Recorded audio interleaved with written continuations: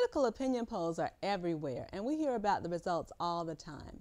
This is a presidential election year, and you can't go 2 days without hearing that one candidate is ahead in the polls or one candidate is behind. But really, what are these polls? Who's conducting them? How can they predict or even reflect our behavior? And have you or anyone you know ever been asked to participate in a political opinion poll? We spoke with several people to get their opinions on this fascinating subject, including Max Cummings, a Washington, D.C. political consultant. Max has conducted many political opinion polls during the course of his work as a congressional political director, field director, and campaign manager. I'm Wanda McKnight, and this is the McKnight Report. Join us as we explore this fascinating topic of political opinion polls. Stay tuned.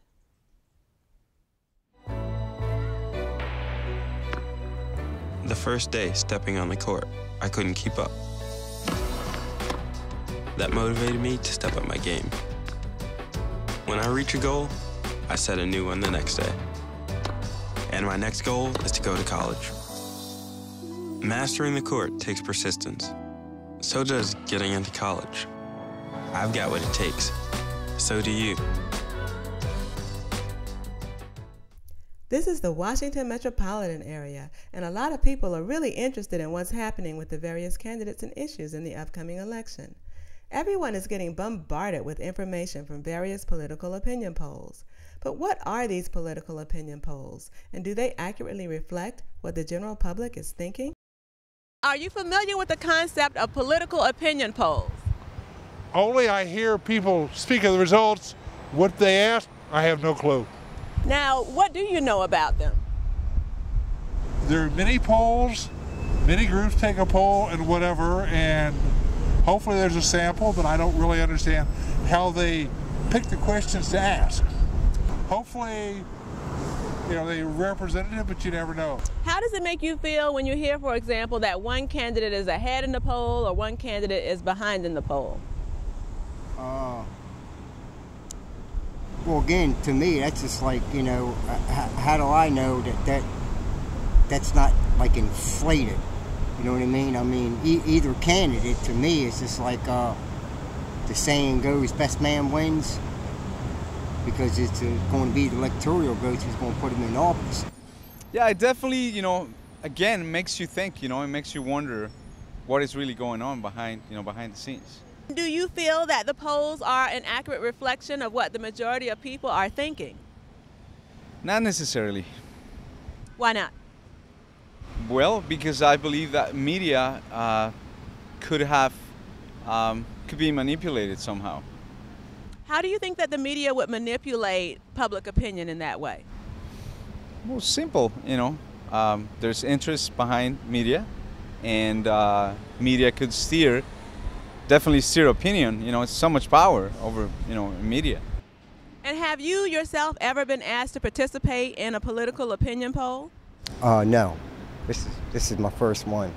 And do you know anybody who's ever been asked to participate in a political opinion poll? Not to my knowledge. Close I can come is an exit poll out of voting or something. But and you have participated in one of those? I think so. Do you know anyone who's ever participated in a poll other than yourself? Not that I'm aware of, but that doesn't prove much.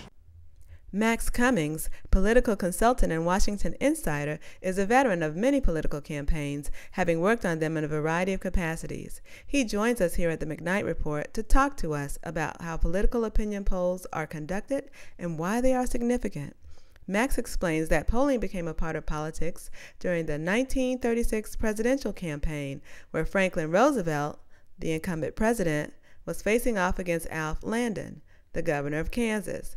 At that time, polling was conducted by newspapers and literary magazines through a canvass of their membership. However, these samples were heavily skewed due to the fact that the membership was comprised of wealthy Republicans. Max says that we've come a long way since then in research methodology because today's polls incorporate randomized samples where every person within a population has an equal chance to be selected. Everybody has the opportunity to vote. Everyone who's over the age of 18, who's registered to vote, I should say, has the opportunity to vote. Hopefully. Hopefully. Exactly. And out of those people, you really have to make sure that every single person has an equal chance of being included. Because what the idea of the poll. Yes, in the poll.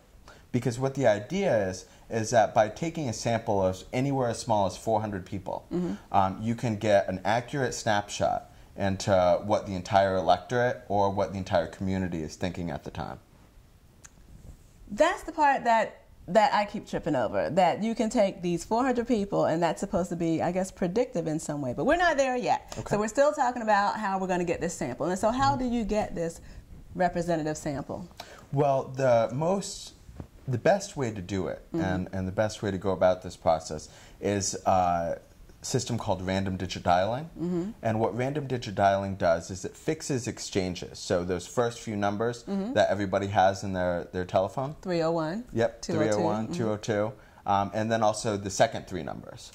So your area code and then your exchange. You fix those based off of your demographics. So if you're polling in a congressional district, you want to make sure that your poll is equal to the number of exchanges that represent the district. So if 15% of your district would fall in, say, area code 301, then you want to make sure that 15% of the exchanges that you poll are falling in the category of 301. And that just makes sure that everybody has the exact same chance and that they're weighted appropriately, and that there's no skew in the people that you're interviewing. I see. Well, now that, and we need to talk about that some more, because you keep using the term demographics, and I want you to just really break down what you mean about that. But first, we've got to take a little break, and then we'll be right back, because this is a fascinating and important topic. Stay tuned. Sit with me, imagine what you'd see if every child had a book to read. So the mission is for us to get a book to each and every child. So let's join hands, book people unite, unearth hidden passion. Come on, we'll have a good time. One book could be the first little thing that helps to change a life. Book people unite. Read to a child today and spark a lifetime of ambition. We are back with Washington Insider Max Cummings. And I got to tell you, Max, you are really giving me a lot to think about here. But I'm still a little skeptical, so let's talk about these demographics that you keep alluding to. Tell me about that.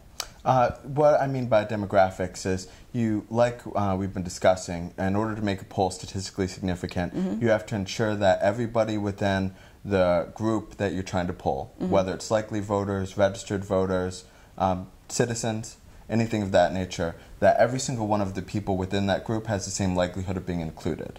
In order to do that, most polling firms will really heavily look at census data. And in census data, you can get an accurate representation of your key fixes, which would mean making sure that you're adjusting for women and an accurate representation of how they comprise the population, making sure that you're addressing for age, you're addressing race, and in some cases, depending on the issue that you're polling, all the way down to things like marital status, income levels.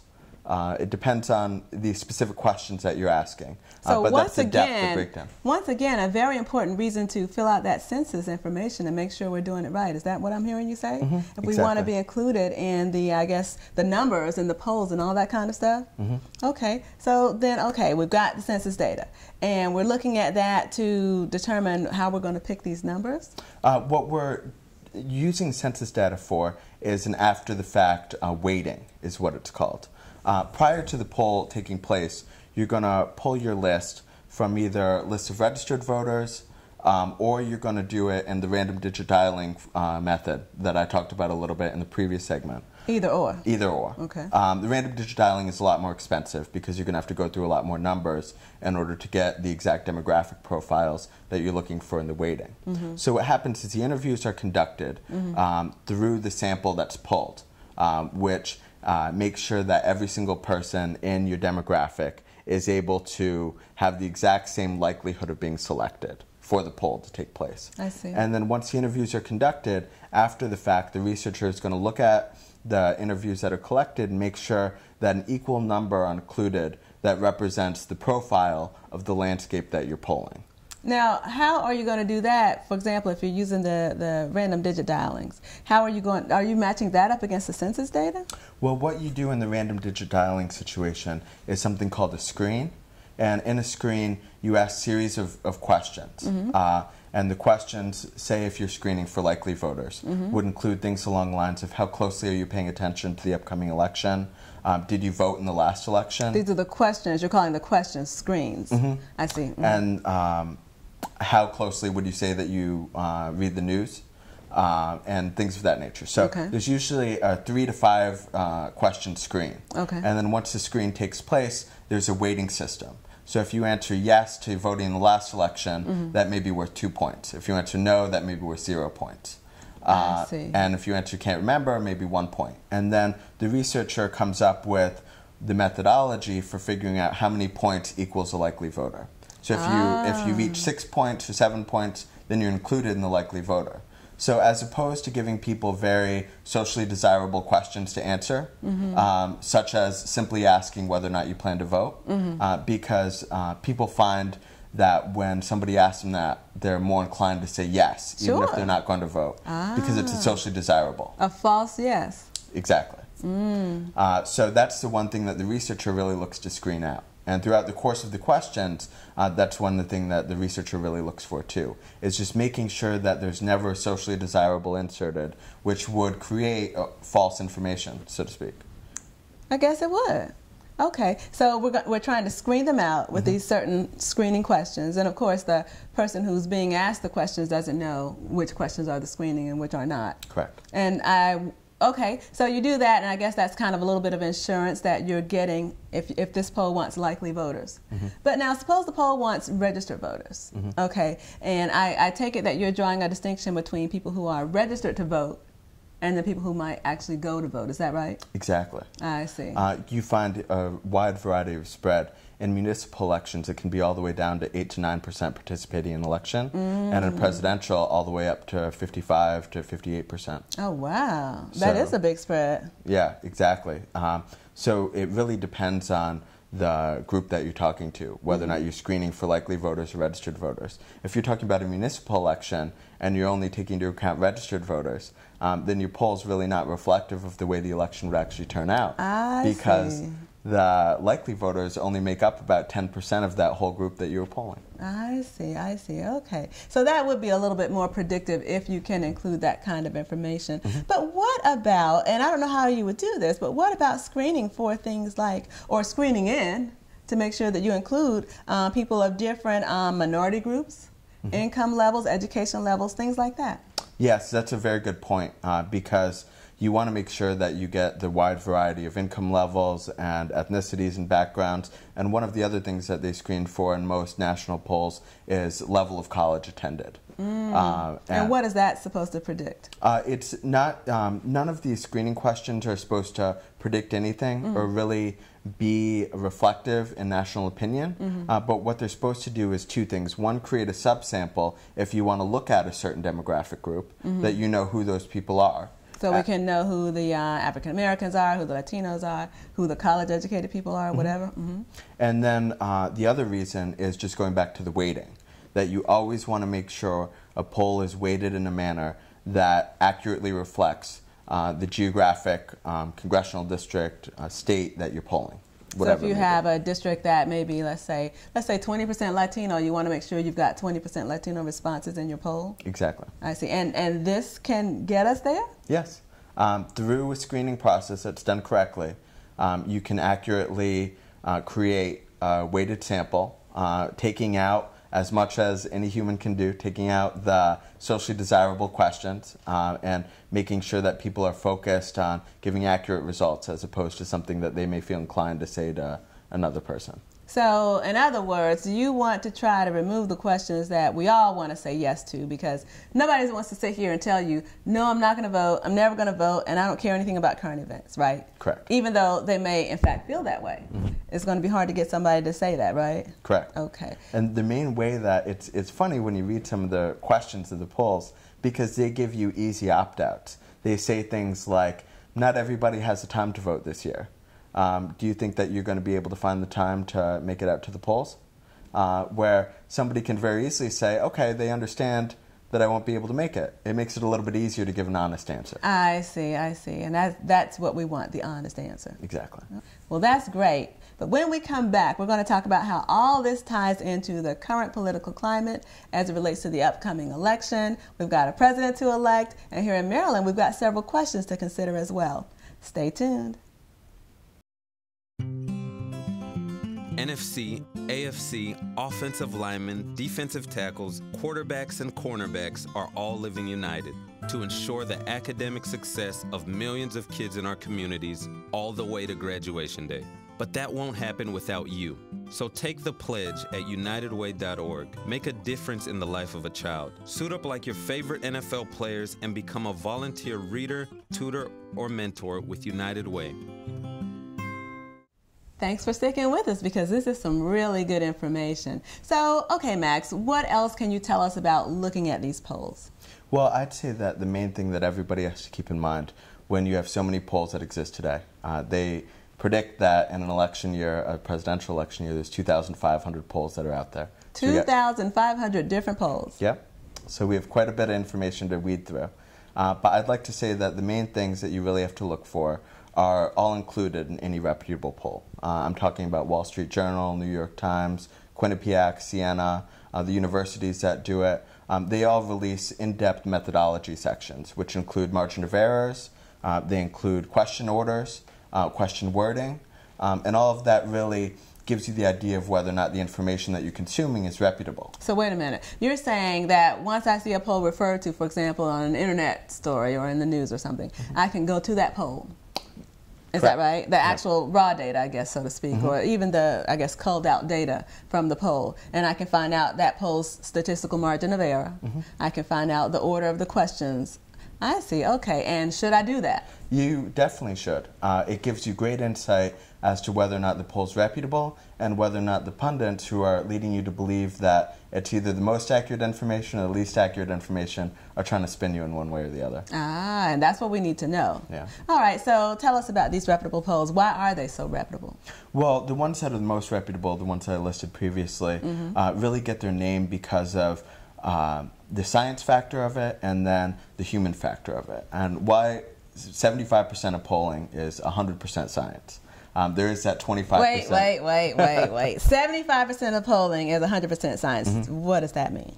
What I mean by that is methodologies and practices are tried and true. Okay. That at what polling firms you go to all practice the same methods of weighting and making sure that everybody within the universe has a possibility of being included in the poll, and all of the math and the calculations of margin of error that go into figuring that out. That's 100% mathematics. You can get PhDs in it, statistical research.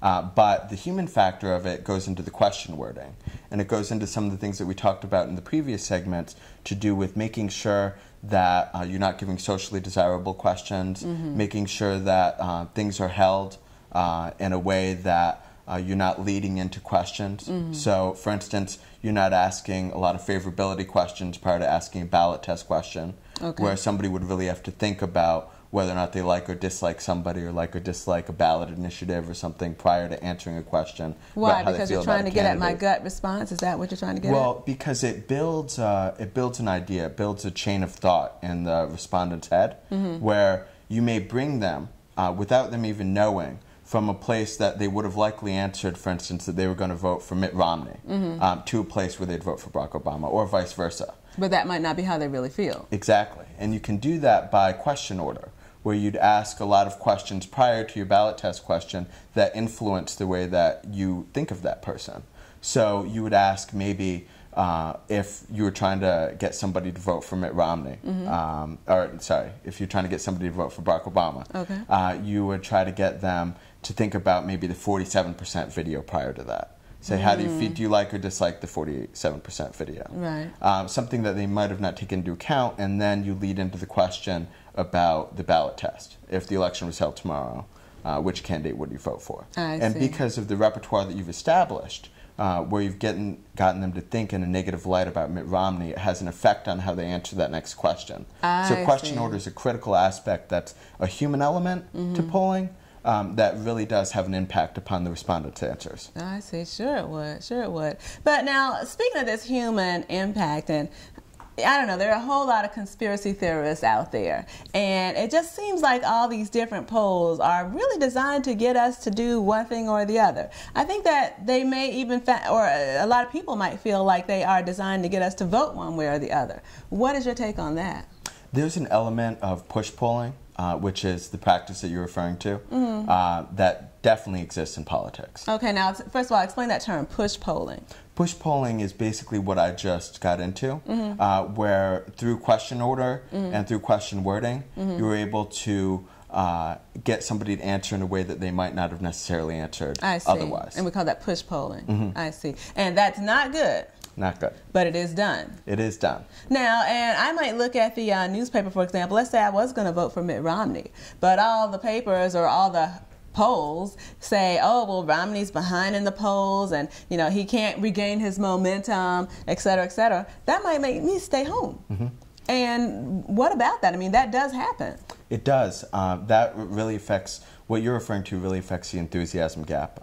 Nobody, I think this is sports, politics, everything, nobody really likes to be perceived as being behind a loser. Yeah. And that's the impression that the push poll is able to put out there. But I would like to say after that that the main thing about organizations and reputable organizations that commission polls is that they have no intention to do this whatsoever.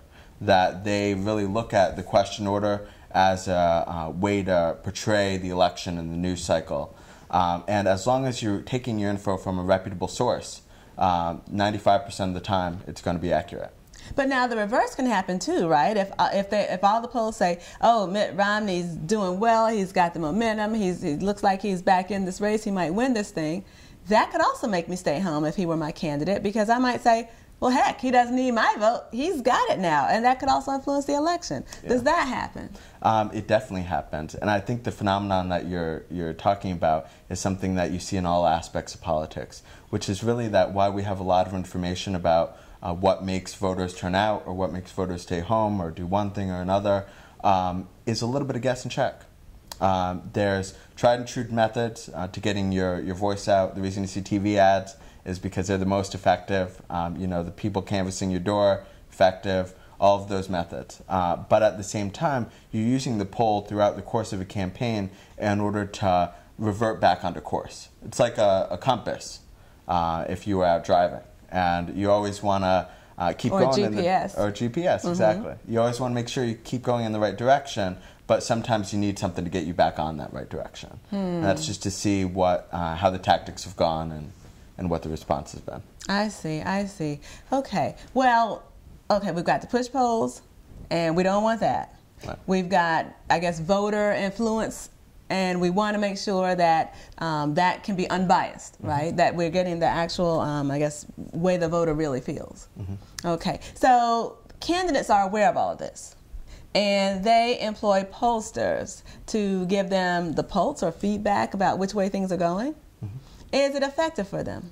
It's very effective. Throughout the course of a campaign, which will, for a congressional, Senate level, will usually last anywhere in the neighborhood of a year to a year and a half, probably in terms of raising money all the way up to 2 years. You'll commission anywhere, depending on your budget, anywhere between about 3 or 4 polls all the way up to 10, 15 polls. You start out with that benchmark poll that I originally spoke of, and then you do tracking polls. And the tracking polls are something that's able to measure the effectiveness of your television ads, of your canvassing, of your mail pieces, of every tactic that you incorporate. And that's kind of the poll is basically your compass. It's making sure that that money that you're spending is done so in the most effective manner. Okay. Well, when we come back, we'll see just how effective this polling has been for the presidential candidates and the candidates here in Maryland. Stay tuned. Packers, Vikings, Red State, Blue State. We come from different places. Uptown. But when we live united, we create real lasting change in the education, income, and health of our country. Real change won't happen without you. So give, advocate, volunteer, Live United. Sign up at liveunited.org. And we are back with Max Cummings, political insider. Max, you were really telling us a lot about these polls. So let's apply that knowledge that we've just gotten to the ballot initiatives here in Maryland. For example, the question on everybody's mind, and that's question 7, the one having to do with bringing gambling, or I guess bringing more gambling into the state. Tell us about how the polls and all of this influence can work there. Well, a ballot initiative is a tricky election because it's typically a low information election. What do you mean by that? What I mean is on a presidential or a governor's race or something with a well-known quantity, a candidate who has a large name recognition. Okay.